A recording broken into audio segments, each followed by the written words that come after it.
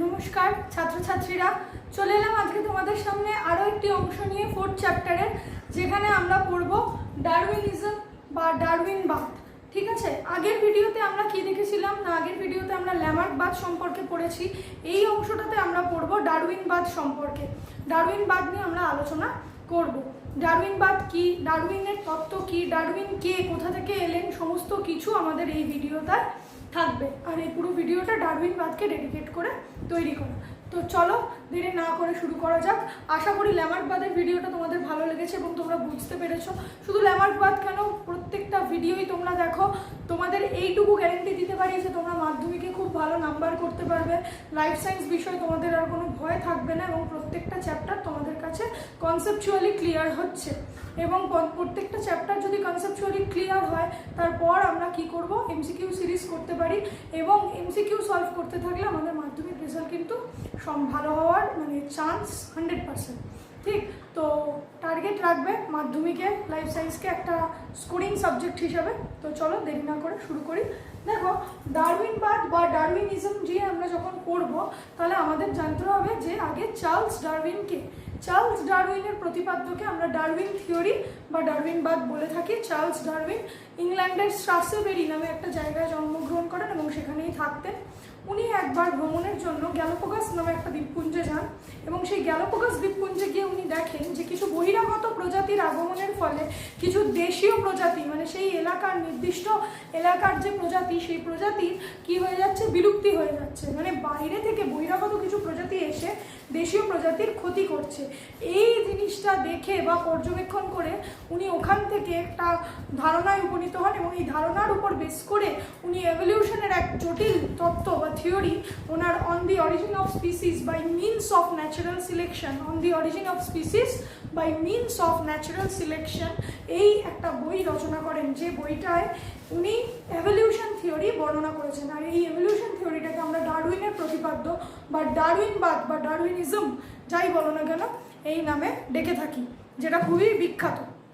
তাহলে evolution theory ল্যামার্কবাদের তুলনায় ডারউইনবাদ কিন্তু বেশি সর্বজন গ্রাহ্য, কারণ বেশিরভাগ মানুষ ডারউইনবাদকে স্বীকৃতি দিয়েছেন। তো সেই ডারউইনবাদ নিয়ে আমরা আজকে আলোচনা করব। দেখো, প্রথম থিওরি বা প্রথম স্টেপে উনি কি বলছেন যে অত্যাধিক হারে বংশবৃদ্ধি, অত্যাধিক হারে বংশবৃদ্ধি হচ্ছে ডারউইনের প্রথম প্রতিপাদ্য। অত্যাধিক হারে বংশবৃদ্ধি ব্যাপারটার মানে কি? অত্যাধিক হারে বংশবৃদ্ধি ব্যাপারটার মানে আমাদের প্রাণীদের একটা ন্যাচারাল ধর্ম বা একটা নেচার প্রাণীর, যে প্রাণী সবসময় জনন করতে চায়, জনন করে এবং বংশবৃদ্ধি করে। প্রাণীর ধর্মই তাই, যে কোনো প্রাণী।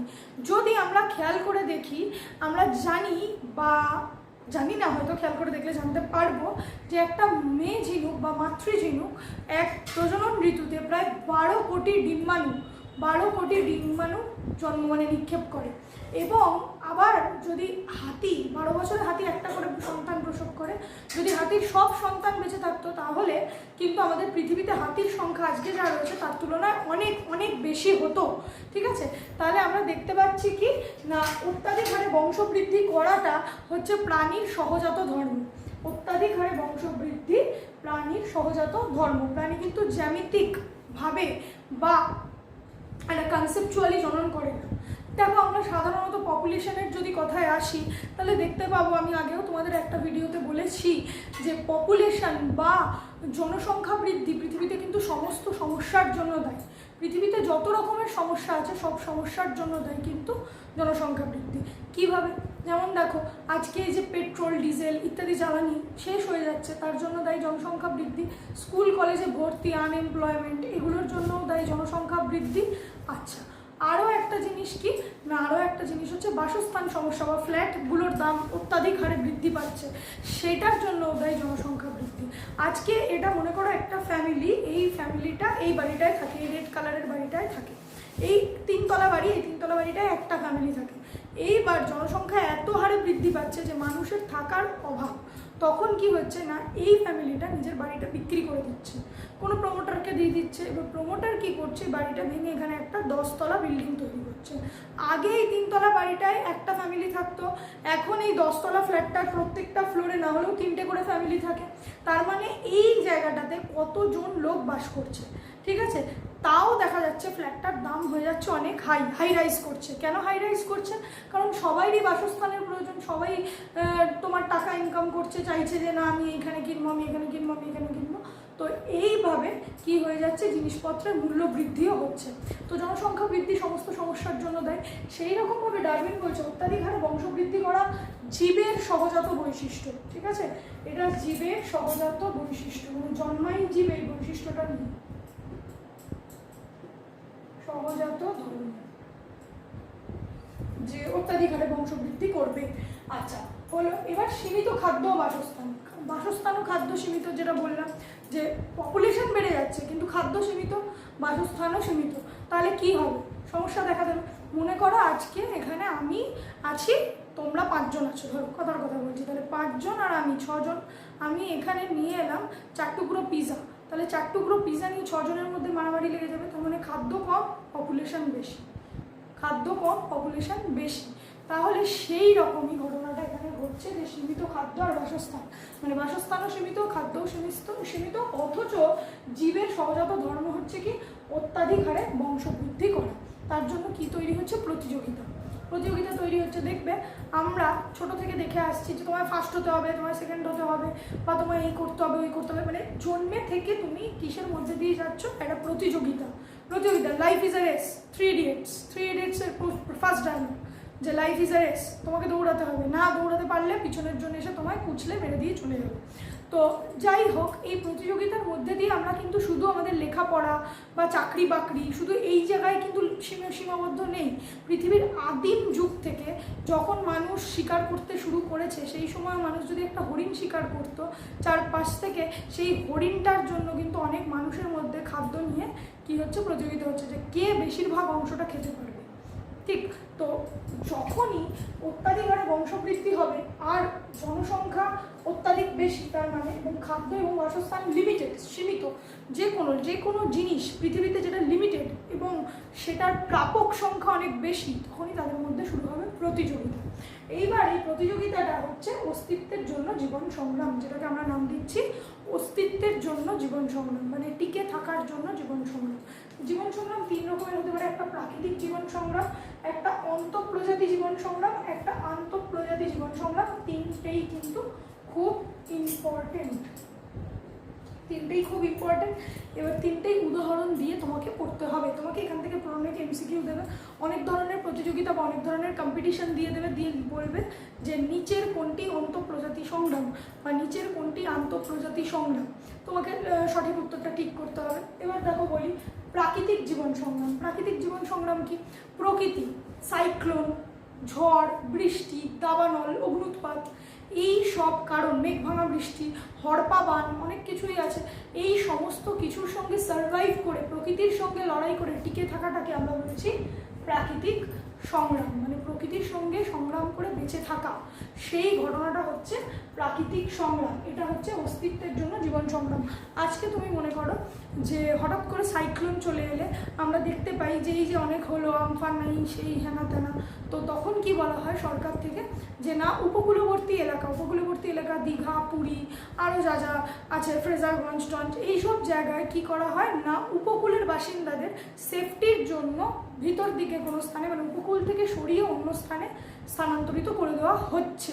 এবার কেন স্থানান্তরিত করে দেওয়া হচ্ছে? যাতে উপকূলে জলোচ্ছ্বাসের ফলে তাদের ঘরবাড়ি ভেঙে না যায়, কিন্তু ঘরবাড়ি ভেঙে গেলেও মানুষগুলো যেন মারা না যায়। তো দেখো অনেকে মানুষ নিজের ঘরবাড়ি ফেলে দিয়ে তো চলে যেতে হচ্ছে, তাহলে ঘরবাড়ি ভেঙেও যাচ্ছে, তার মানে তাকে আবার নতুন করে সমস্তটা শুরু করতে হচ্ছে। তাই এই প্রাকৃতিক দুর্যোগের হাত থেকে বাঁচা বা প্রাকৃতিক দুর্যোগের সঙ্গে লড়াই করে বাঁচাকে আমরা বলছি প্রাকৃতিক জীবন সংগ্রাম। ঠিক, এরপর চলে আসবো অন্তঃপ্রজাতি সংগ্রাম আর আন্তঃপ্রজাতি সংগ্রাম। অন্তঃপ্রজাতি সংগ্রাম বলতে মনে করো এই জমিটা একটা ঘাস জমি, ঠিক আছে? এই ঘাস জমিটা, এটা একটা ঘাস জমি, ভালো করে দেখো, এখানটা ঘাস জমি। এই ঘাস জমিটা শুধু হরিণরা ঘাস খেতে আসে। এবার এইটুকু জায়গা থেকে, মানে সীমিত বাসস্থান, এখানে 20টা হরিণ আসে রোজ খেতে। 20টা হরিণ এখানে ঘাস খাচ্ছে, 20টা হরিণ, ঠিক আছে? তাই এইটুকু জায়গা সীমিত, অথচ 20টা হরিণ এখানে ঘাস খায়। এবার হট করে আরও 10টা হরিণ চলে এলো, মানে 30টা হয়ে গেল, তাহলে 30টা হরিণ যেই চলে এলো, খাদ্য বাসস্থান সীমিত, কিন্তু পপুলেশন কি হয়ে গেছে, বেড়ে গেছে। তাহলে সেখানে কি দেখা দেবে, জীবন সংগ্রাম। জীবন সংগ্রাম মানে সংগ্রাম করে, এই তুই খাবি না আমি খাবো, আমি খাবো না তুই খাবো, সরে যা, এরকমভাবে বেঁচে থাকতে হবে জীবগুলোকে, মানে হরিণদের কথা বলছি, এইভাবে বেঁচে থাকতে হবে। এবারে এখানে যেহেতু সবাই হরিণ, মানে একই প্রজাতিভুক্ত, অন্য কোনো প্রজাতির প্রাণী নেই, তাহলে এই ধরনের জীবন সংগ্রামকে আমরা বলবো অন্তঃপ্রজাতি জীবন সংগ্রাম। এবার এই ঘাস জমিটাতেই 20টা হরিণ খেত, তার সঙ্গে সঙ্গে কিছু খরগোশ, কিছু ছাগল আর কিছু হাতি চলে এলো। হাতি না, হাতি জিতে যাবে অবশ্যই, হাতি না, জিরাফ, ধরো জিরাফ চলে এলো, ঠিক আছে। তাহলে প্রত্যেকেই তৃণভোজী প্রাণী, প্রত্যেকেই এবার এখানে এসে ঘাস খাবে। তো সবার মধ্যে কি হয়ে গেল, মারপিট লেগে গেল, মানে এটা একটা কি হচ্ছে, প্রতিযোগিতা হচ্ছে সবার মধ্যে। অথচ প্রত্যেকেই কিন্তু আলাদা আলাদা প্রজাতির প্রাণী, একজন খরগোশ, একজন ছাগল, একজন জিরাফ, একজন হরিণ, একজন জেব্রা। তো সবার মধ্যে কি হচ্ছে, প্রতিযোগিতা হচ্ছে কে এখান থেকে বেশি পরিমাণ ঘাস খেতে পারবে। তাহলে যেহেতু প্রত্যেকে আলাদা আলাদা প্রজাতির প্রাণী, তাই সেই জীবন সংগ্রামকে আমরা বলছি আন্তঃপ্রজাতি সংগ্রাম, ঠিক আছে। একটা হরিণকে ধরার জন্য দুটো বাঘের মধ্যে লড়াই হবে, অন্তঃপ্রজাতি সংগ্রাম। আর একটা হরিণকে ধরার জন্য একটা বাঘ আর একটা সিংহের মধ্যে লড়াইকে আমরা বলবো আন্তঃপ্রজাতি সংগ্রাম। আশা করি বুঝতে পারলে অন্তঃপ্রজাতি, আন্তঃপ্রজাতি আর প্রাকৃতিক জীবন সংগ্রাম কি। তাহলে আবার প্রথম থেকে যদি আমরা রিকল করি, তাহলে প্রথমে কি, অত্যাধিক হারে বংশবৃদ্ধি করা জীবের সহজাত ধর্ম, জীবের জন্মাই সেই ধর্মটা নিয়ে। অথচ পৃথিবীতে সীমিত খাদ্য বাসস্থান, পৃথিবীতে বাসস্থান এবং খাদ্য লিমিটেড, তার জন্য আসছে জীবন সংগ্রাম। জীবন সংগ্রাম করে বেঁচে থাকতে হচ্ছে, সংগ্রাম 3 ধরনের সংগ্রামের মধ্যে দিয়ে জীবকে যেতে হচ্ছে। এবার এই সংগ্রাম করার ফলে জীবের মধ্যে একটা জিনিস পরিলক্ষিত হচ্ছে, যেটার নাম কি, ভেদ বা প্রকরণ। এই সংগ্রামের ফলে জীবের মধ্যে আসছে ভেদ বা প্রকরণ। এবার ভেদ বা প্রকরণ কি? ভেদ বা প্রকরণ হচ্ছে, মনে করো এই দুটো পেন, এই একটা পেন, এই একটা প্লেন না পেন, এই একটা পেন, এই একটা পেন, এই দুটো পেন, দুটোই একই পেন, দুটোই হোয়াইট বোর্ড মার্কার, কিন্তু দুটোর মধ্যে কি পার্থক্য, একটা ব্ল্যাক একটা রেড, একটা ব্ল্যাক একটা রেড, তাই তো।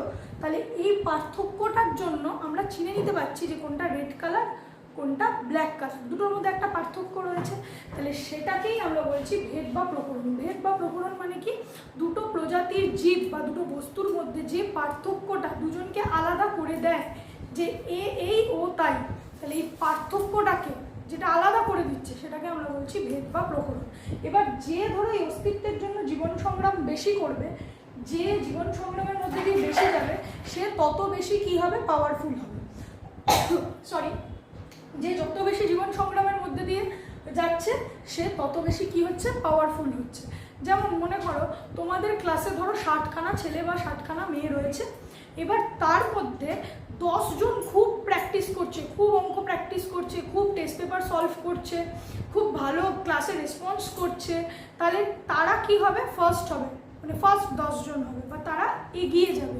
তাহলে এই পার্থক্যটা যেটা ওরা পরিশ্রম করে অর্জন করছে, সেটা ওদের সবার থেকে আলাদা করে দিচ্ছে। এই পার্থক্যটাকেই আমরা বলছি ভেদ বা প্রকরণ।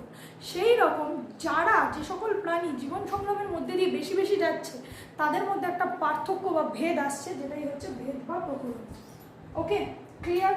ভেদ বা প্রকরণের পর আমরা চলে আসবো কি, যোগ্যতমের উদবর্তন। যোগ্যতমের উদবর্তন বা survival of the fittest.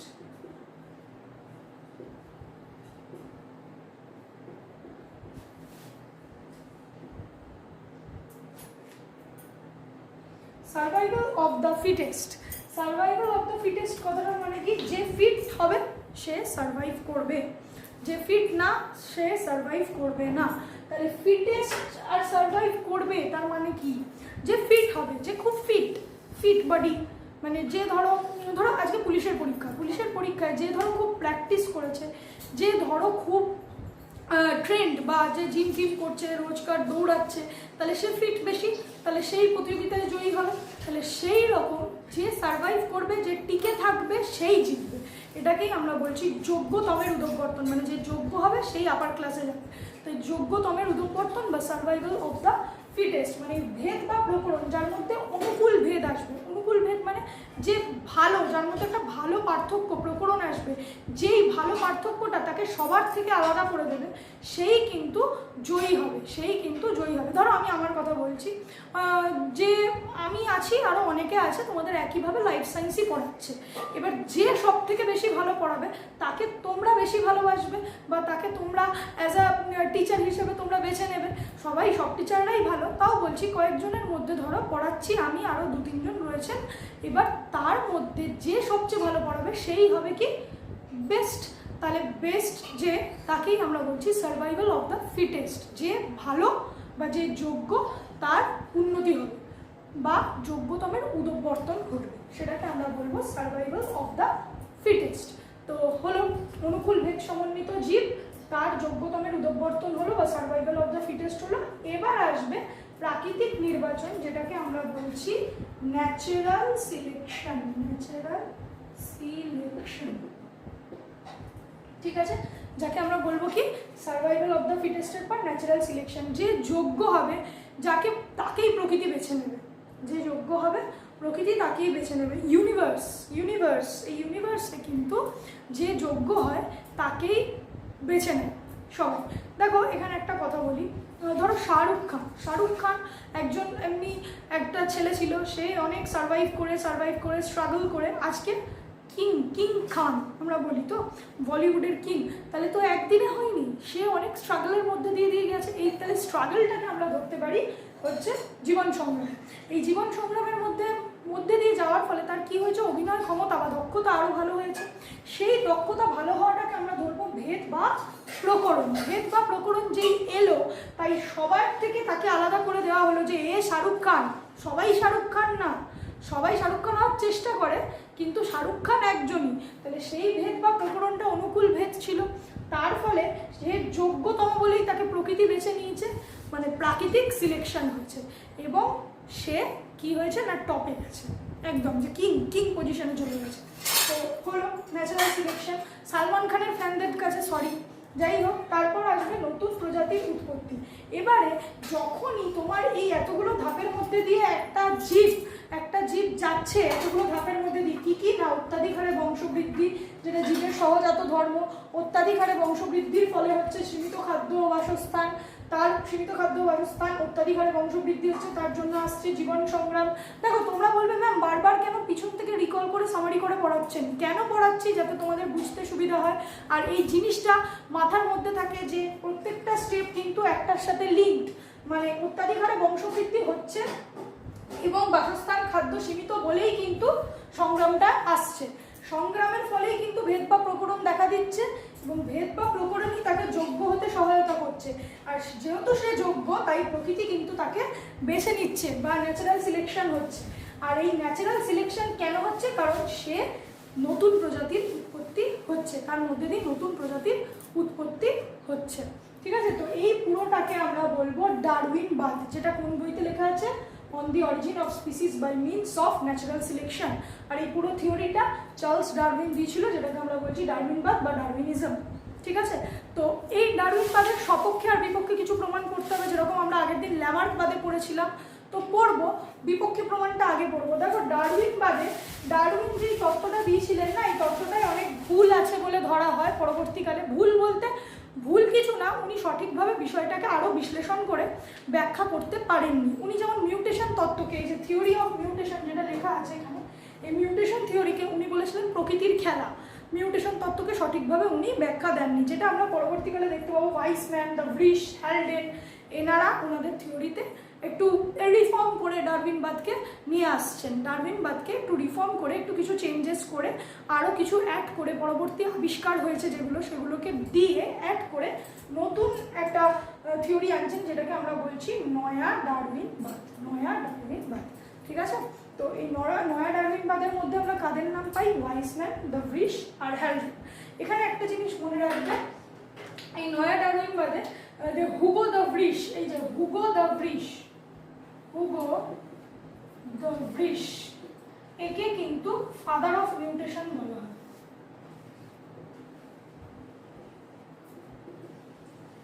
Father of mutation বলা হয়, বা মিউটেশন তত্ত্বের প্রবক্তা হলেন হুগো দ্য ব্রিশ, এটা কিন্তু মনে রেখো, হুগো দ্য ব্রিশ হলেন মিউটেশন তত্ত্বের প্রবক্তা। এবার দেখো মিউটেশন তত্ত্ব তো আমরা বুঝলাম, নয়া ডারউইনবাদও বুঝলাম। নয়া ডারউইনবাদের বাংলা নাম আধুনিক সংশ্লেষণবাদ, এটাও কিন্তু মনে রাখতে হবে। আচ্ছা, এই পুরো সিস্টেমটা বুঝলাম। এবার একটা উদাহরণ দিয়ে আমরা ডারউইনবাদ ব্যাখ্যা করব। উদাহরণটা কি? জিরাফের গলা। দেখো জিরাফের গলায় ল্যামার্কও একটা থিওরি দিয়েছিলেন, ডারউইনও একটা থিওরি দিয়েছিলেন। ল্যামার্ক বলছেন যে অনেকটা জমি আছে, ঘাস জমি, সেই ঘাস জমিতে কিছু হরিণ আছে যারা খাচ্ছে, হরিণ বলছি, হরিণ, জিরাফ, খরগোশ, যা যা ধরো, যারা তৃণভোজী তারা সবাই খাচ্ছে। খেতে খেতে কিছু জিরাফ খুব বুদ্ধিমান হয়ে গেল। জিরাফগুলো ভাবলো যে না, এখান থেকে খাদ্য খাবো, এখানে তো অনেক সমস্যা, অনেক প্রতিযোগিতা, তাহলে আমি ডাইরেক্ট গাছ থেকে খাই। এবার গাছ থেকে খাই ভেবে এরকমভাবে গলা লম্বা করতে করতে একসময় ওদের গলা লম্বা হয়ে গেল। ঠিক আছে, এটা ল্যামার্কের থিওরি। আর ডারউইনের থিওরিটা কি? ডারউইনের থিওরিটার জন্য তোমাদের অপেক্ষা করতে হবে। আজকের ভিডিওতে বলবো না, নেক্সট ভিডিওতে তোমাদের একটা ছোট্ট ক্লিপ আসবে যেখানে এই হরিণের গলা লম্বা এই বিষয়টা আমরা ল্যামার্কবাদ আর ডারউইনবাদ দুটোর মাধ্যমে, মানে দুটোর মধ্যে দিয়েই বুঝবো, এবং ডারউইনবাদ আর ল্যামার্কবাদের পার্থক্য শিখবো ওই ভিডিওটাতে। ঠিক আছে, তো আজকের জন্য এইটুকুই। ডারউইনবাদ আশা করি তোমরা বুঝতে পেরেছো। ভালো লাগলে অবশ্যই লাইক, শেয়ার আর সাবস্ক্রাইব করতে কিন্তু ভুলো না। Thank you.